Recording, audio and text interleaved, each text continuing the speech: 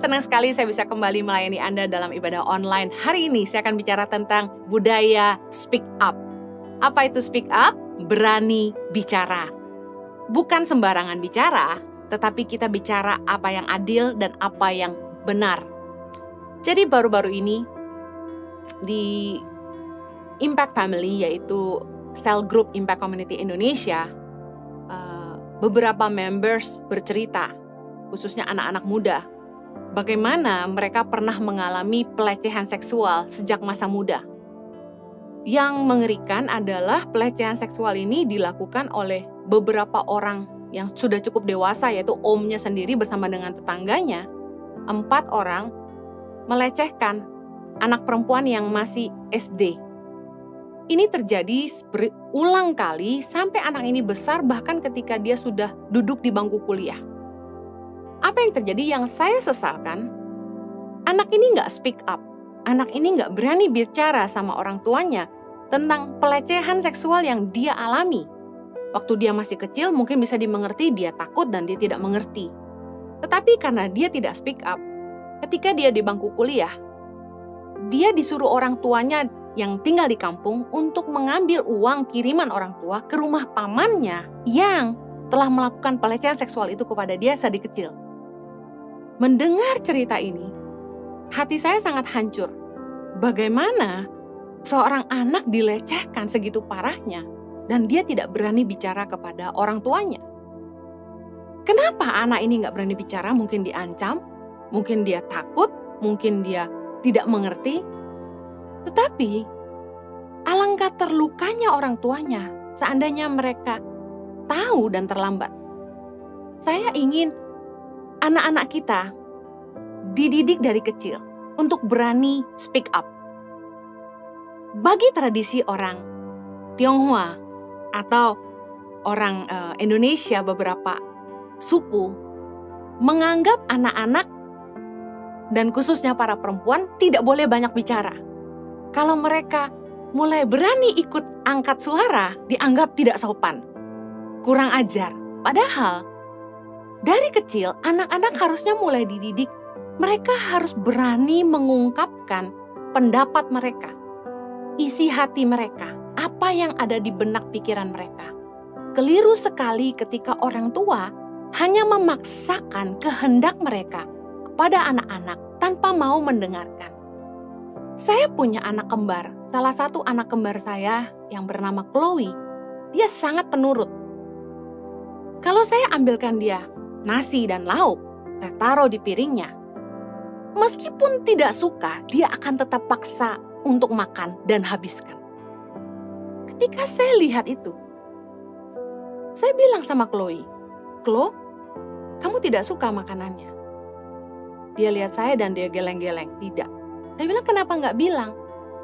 Dia bilang, "Nggak apa-apa, karena mama udah kasih ini buat saya." Saking penurutnya, anak ini pasrah. Di satu sisi, orang tua pasti senang punya anak yang penurut. Tapi saya tidak mau anak saya makan dengan terpaksa, bukan dengan sukacita. Nah, ketika saya bilang, "Kebanyakan ya nasinya," dia mengangguk. Saya bilang, "Tidak usah dihabiskan." Banyak orang tua yang tidak peduli dengan perasaan anaknya. Tidak peduli ketika anak itu tertekan melakukan sesuatu dan tidak mau beri ruang dan waktu untuk anak-anak bicara apa yang ada di hati mereka. Saya selalu menciptakan ruang diskusi di keluarga kami, mengizinkan anak-anak untuk belajar bicara. Dan saya bersyukur kalau anak-anak saya berani mengemukakan isi hati. Meskipun karakter anak berbeda-beda seperti Chloe, agak tertutup. Kalau dia sakit kepala contohnya, dia memilih diam dan menangis daripada mendatangi saya dan memberitahu. Karakter anak-anak beda, makanya dari kecil kita perlu didik mereka. Tapi bicara soal keberanian, bicara tentang keadilan dan kebenaran, Chloe lah dulu di usia sekitar 9 tahun yang berani mendatangi saya dan memberitahukan kalau kembarannya dipukul oleh pengasuhnya. Justru Zoe yang ceria, yang kelihatannya lebih berani bicara, nggak berani cerita ke saya kalau pengasuhnya memukul dia. Tapi karena Chloe sangat mengasihi kembarannya Zoe dan dia melihat bahwa Zoe dipukul oleh pengasuhnya, dia berani speak up, bicara kepada saya. Nah, budaya ini sangatlah baik ketika kita mengerti bagaimana melakukannya. Bukan sembarangan bersuara, bukan sembarangan berani bicara, tapi bicara apa yang adil, apa yang benar. Tahukah Anda bahwa Tuhan kita juga speak up? Tuhan itu berbicara. 2 Samuel 22 ayat 14. Tuhan mengguntur dari langit yang maha tinggi memperdengarkan suaranya. Bukankah kita tahu di Alkitab, Tuhan itu selalu bicara kepada nabi-nabinya tentang apa yang Tuhan lihat, tentang apa yang Tuhan rasakan. Baik kasihnya maupun amarahnya, dia tuangkan kepada nabi-nabinya. Tuhan itu mau suaranya didengar. Nah, saya percaya Tuhan juga menaruh beban di hati kita untuk kita harus berani bersuara pada waktu-waktu yang tepat tentunya. Kenapa sih orang itu nggak berani speak up? Tadi saya bilang budaya. Ada juga karena sungkan, malu, takut. Kemudian karena orang menghindari konflik. Daripada bicara nanti memicu pertengkaran atau perselisihan, mendingan nggak usah. Apalagi suami-suami yang daripada istrinya ribut, mendingan diam aja. Kemudian kenapa sih kita nggak berani speak up? Kata kita punya persepsi dan asumsi begini. Orang harusnya udah tahu, nggak perlu dikasih tahu. Kenyataannya, banyak hal-hal yang kita perlu speak up. Tidak semua orang berani bicara ketika dibutuhkan ada yang berani berdiri dan bersuara. Sayangnya gini, ada orang-orang, mereka melihat sesuatu yang tidak benar. Mereka memilih tidak bersuara, tapi kemudian mereka berasumsi dan mereka menjadi kecewa. Sebagai manusia, kita ini bisa punya persepsi yang salah. Waktu kita lihat orang berbicara, waktu kita lihat cara-cara mereka, kita cenderung membuat kesimpulan sendiri dari sudut pandang kita. Bicara soal persepsi kita. Nah, belum tentu persepsi kita benar. Masalahnya, orang cenderung menganggap pandangannya sendiri yang paling benar. Saya belajar untuk tidak menilai orang dari apa yang kelihatan, karena kenyataan itu tidak selalu seperti yang kelihatan. Jadi persepsi kita bisa salah. Kemudian, saya selalu katakan ini ulang-ulang bahwa asumsi bisa menyesatkan. Kita nih seringkali berasumsi tentang hal-hal yang belum tentu terjadi. Aduh, gimana kalau saya ngomong lalu dia begini? Aduh, gimana kalau saya ngomong lalu dia begitu? Padahal belum tentu. Kita berasumsi, kita beranggapan, lalu mengambil kesimpulan atas reaksi orang lain. Bagaimana respon orang, bagaimana cara berpikir orang, yang sebenarnya belum tentu benar. Itu kan persepsi kita dan asumsi kita sendiri. Harusnya dalam segala perkara, kita memeriksa baik-baik, menyelidiki, dan bertanya baik-baik sebelum mengambil kesimpulan. Mari lihat, dalam Ulangan 13 ayat ke-13 dan 14 dikatakan begini. Ada orang-orang Dursila tampil dari tengah-tengahmu yang telah menyesatkan penduduk kota mereka dengan berkata, mari kita berbakti kepada Allah lain yang tidak kamu kenal. Maka haruslah engkau memeriksa, menyelidiki, dan menanyakan baik-baik. Jikalau ternyata benar dan sudah pasti bahwa kekejian itu dilakukan di tengah-tengahmu. Kita tahu bahwa rakyat Indonesia ini sangat sensitif dengan isu-isu hoax. Begitu muncul sebuah isu di sosial media, di Twitter, di televisi, di surat kabar, dan dimanapun, masyarakat cepat sekali bereaksi. Sumbu orang Indonesia ini mudah tersulut. Kuping kita sangat tipis. Padahal, kita tidak boleh membuat keputusan tanpa pengetahuan. Jangan sampai kita bertindak atas dasar perkataan orang lain, bukan karena kita benar-benar tahu. Firman Tuhan mengajarkan dalam Ulangan 13 ayat 13 dan 14 bahwa kalau hal ini terjadi, ada orang menyampaikan kita sebuah berita tentang kelakuan orang lain, kita harus memeriksa, menyelidiki, dan menanyakan baik-baik. Jangan sampai kita buat keputusan tanpa pengetahuan. Budaya speak up adalah untuk menyatakan keadilan. Amsal 31 ayat 8-9, kita baca sama-sama. Bukalah mulutmu untuk orang yang bisu, untuk hak semua orang yang merana. Bukalah mulutmu, ambillah keputusan secara adil, dan berikanlah kepada yang tertindas dan yang miskin hak mereka. Ada orang-orang yang gak berani bersuara. Contoh, orang-orang lemah, orang-orang yang dianggap kelas bawah. Contoh biasa aja dalam kehidupan. Ketika seorang majikan berbuat salah, mereka tidak akan mengakui kesalahannya kepada bawahannya. Contoh, marah-marah kepada bawahan karena katakan dompetnya hilang di mobil dan tidak ditemukan. Marahin supirnya. Sudah marah-marah, sudah bilang kamu ambil ya dan lain sebagainya. Lalu mungkin 2 hari kemudian, majikannya menemukan dompet itu terselip di salah satu tasnya. Nah, biasanya kalau udah kayak gini, majikannya mungkin malu sendiri karena dia sudah terlanjur marah-marahin sopirnya. Sedangkan supirnya yang notabene orang susah, lebih lemah, bergantung hidup dari majikannya, benar pun gak berani bilang benar. Dituduh salah ya udah, saya salah. Padahal dia tidak salah. Banyak orang karena status sosial, status ekonomi, gak berani bersuara.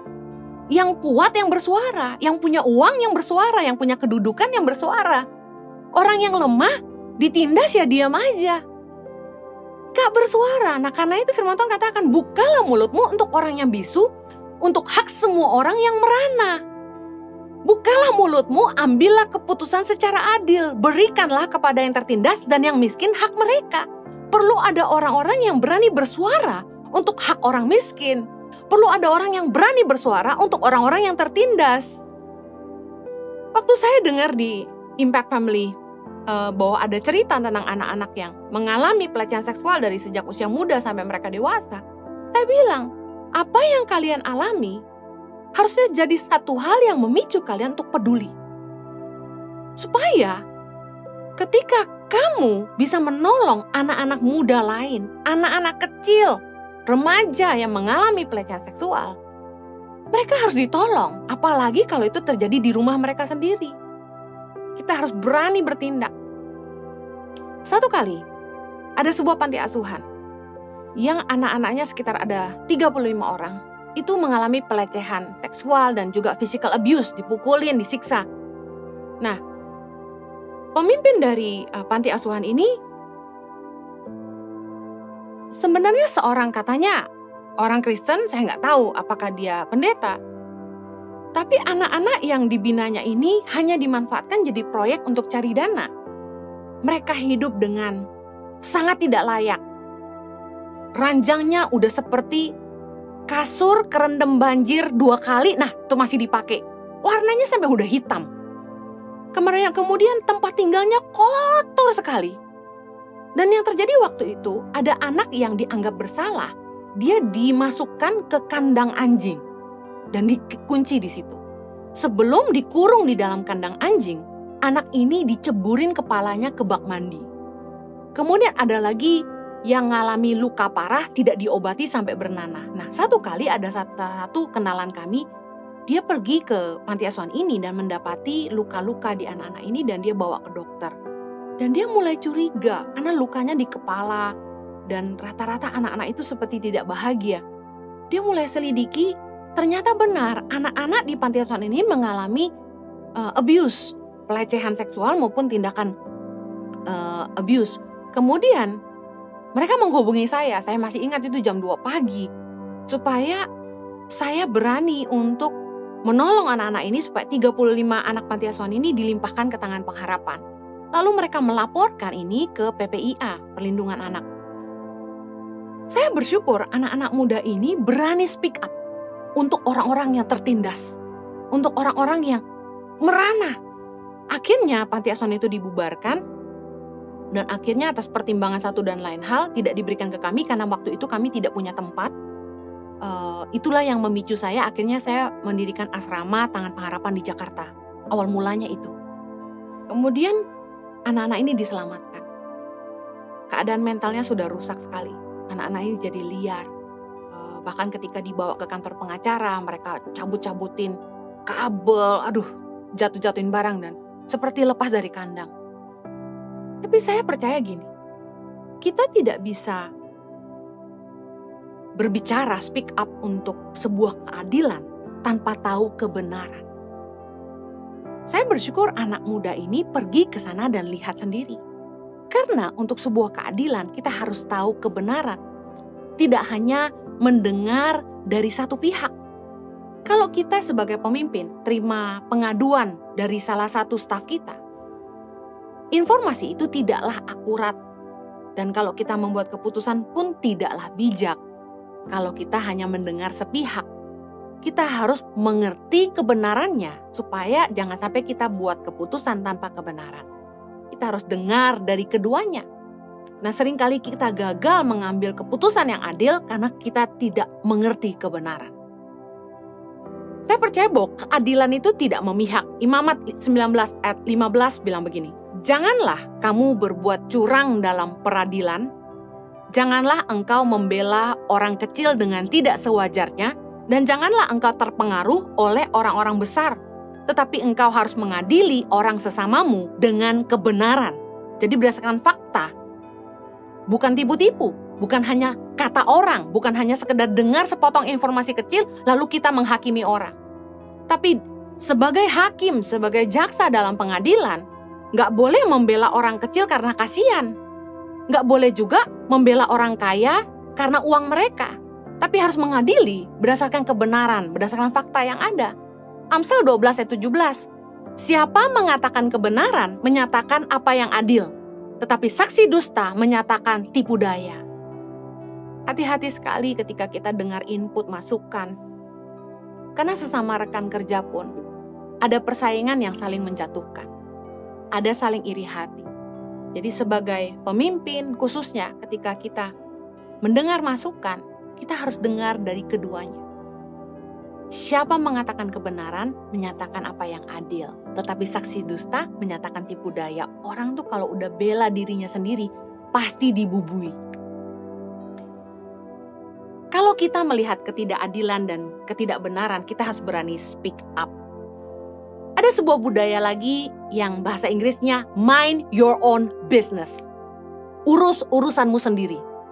Well, ada kalanya kita harus belajar untuk tidak usah kepo ngurusin urusan pribadi orang lain. Ada kalanya.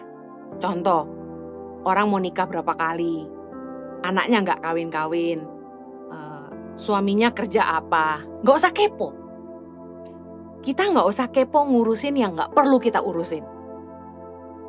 Dan ketika kita ingin kepo, memberi saran, masukan, nasihat, kita harus ingat gini, perlu ada hubungan dan level kepercayaan untuk orang tuh mau dengar kita bicara buat hidup mereka.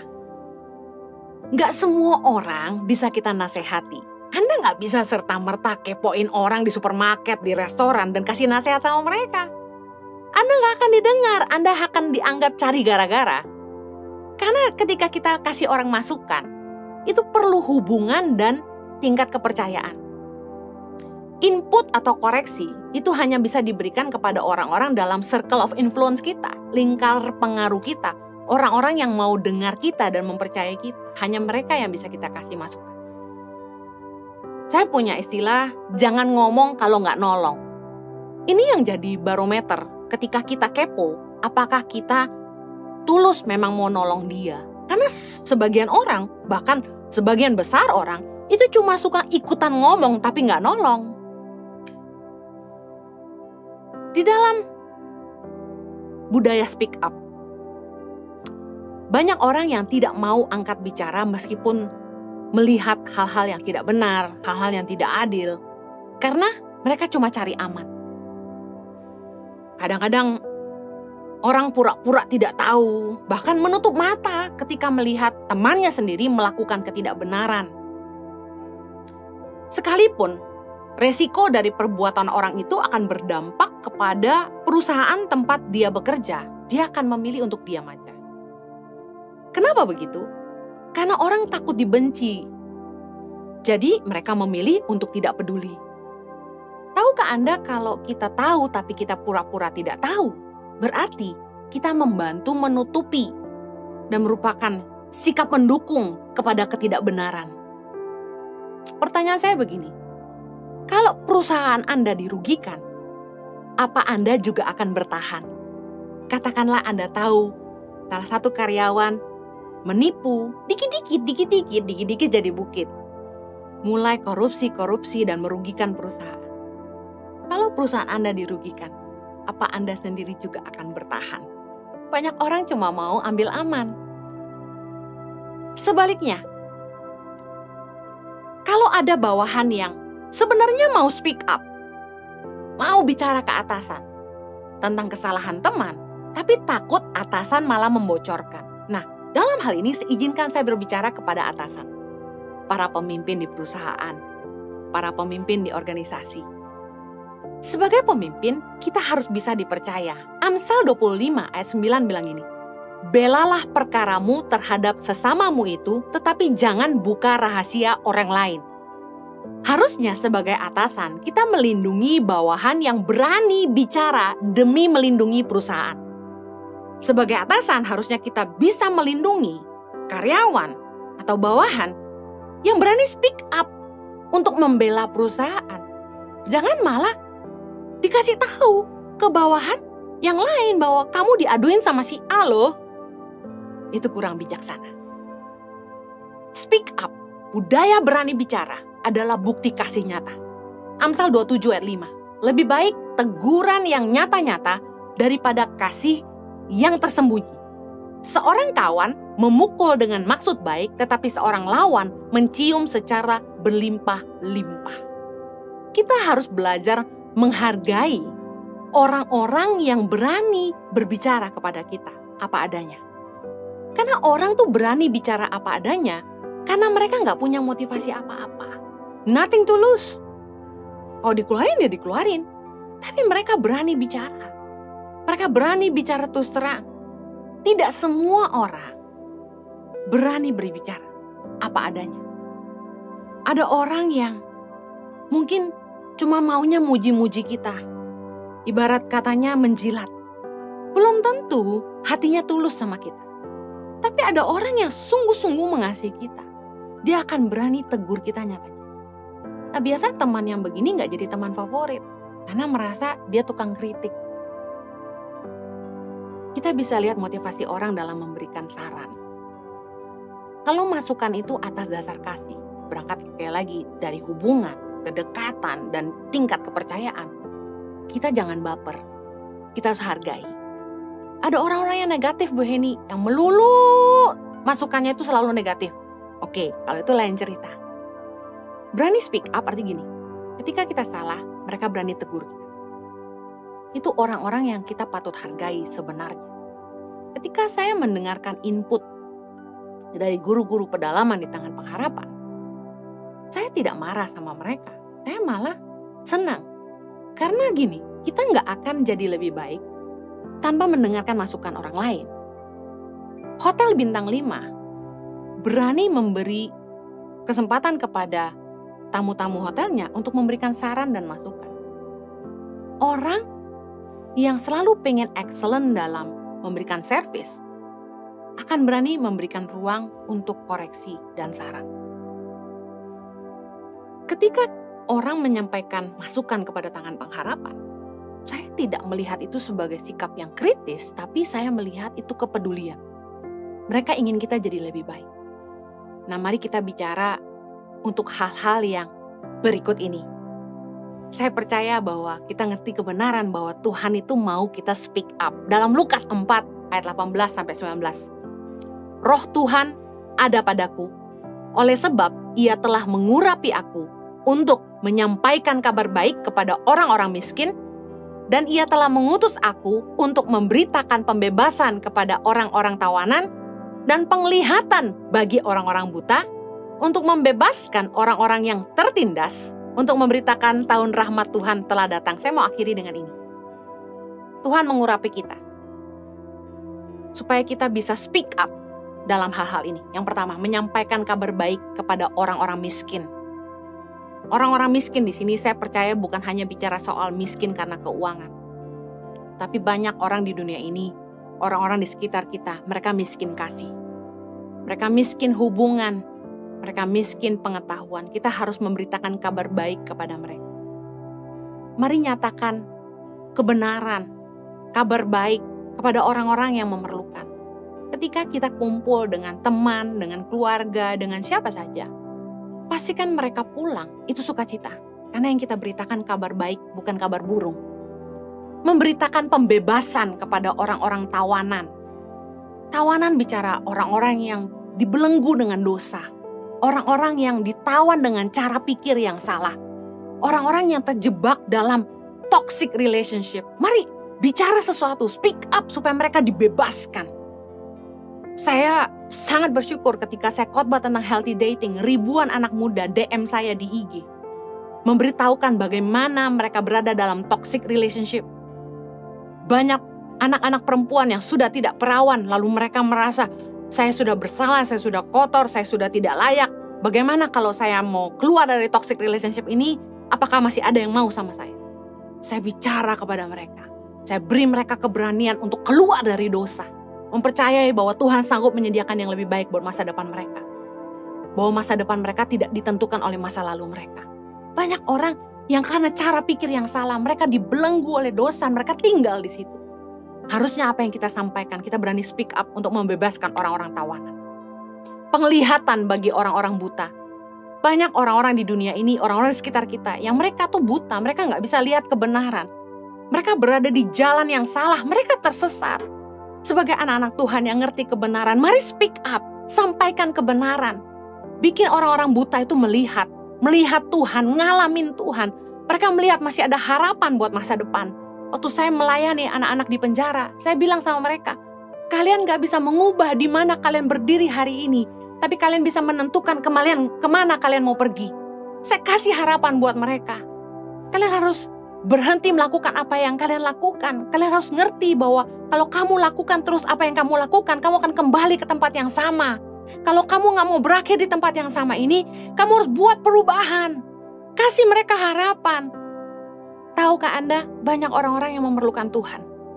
Anda cuma perlu buka mulutmu untuk menyatakan kasih Tuhan, kebenaran, harapan. Banyak orang-orang buta yang membutuhkan tuntunan terang untuk melihat jalan kebenaran. Untuk membebaskan orang-orang yang tertindas. Siapa orang tertindas? Orang lemah, orang teraniaya, orang-orang yang ditekan, ditindas, di-abuse, dijajah. Berapa banyak orang-orang di sekitar kita yang membutuhkan.